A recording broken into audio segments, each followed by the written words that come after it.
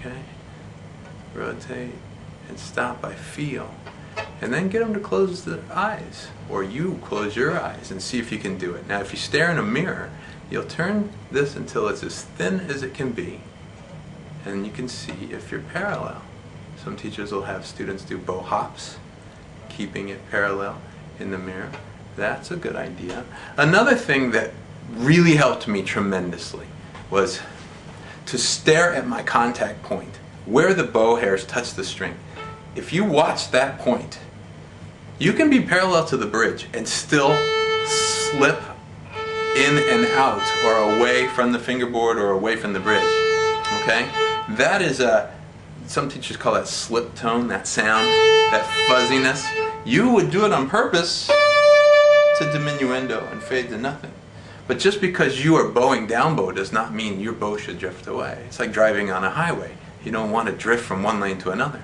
So imagine your bow has a magnet underneath it holding the bow to the string firmly, or you're a train on a train track and it doesn't slip that one spot. Now use your eyes to watch the bow. This is the best trick I know. You watch the bow and you don't let it move towards the bridge or towards the fingerboard. You just grab the one spot and make it stay there. That's the best trick I know as far as keeping it absolutely still. Now, there's one other thing that's kind of interesting, and that is the bow. If I go up bow with the bow pulled, let's push it forward. See it drift away from the bridge? And if I go down bow with it this way, you see it drift away. But what if I reverse that? What if I pull the bow in a little bit on an up bow? It pulls to the bridge, right?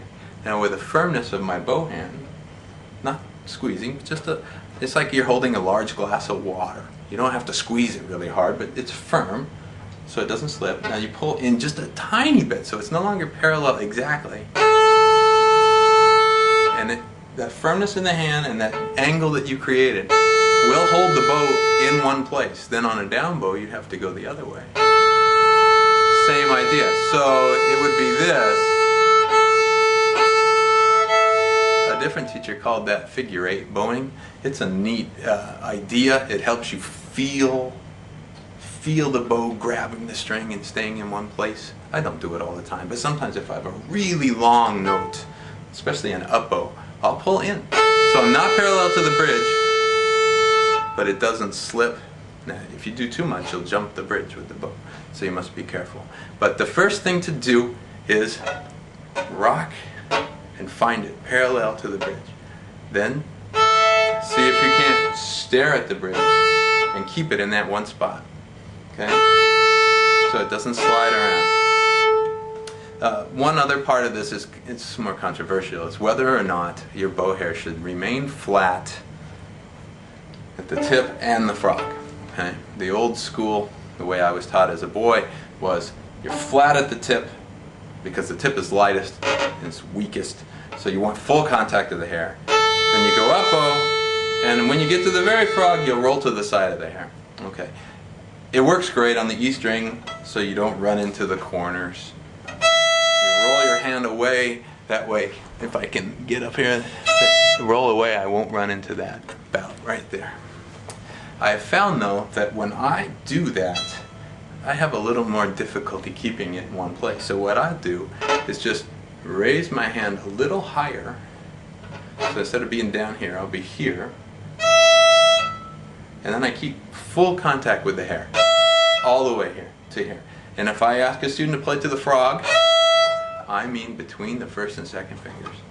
So flat hairs all the way to this point between the first and second finger.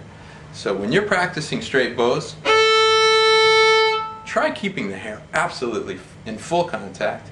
Some people would say, well, even if you roll out to the side, you can still keep full contact. I guess that's up to you. I try and keep it very flat. There's a little bit of a roll. You go all the way to the point between the first and second fingers, right there, and then turn it around. And try and keep it from slipping around, okay? So remember to start with small bows. Just a little bit of bow. When you master that, I'm looking backwards or sideways here. When you master that, use a little more bow. And then a Okay? Good luck.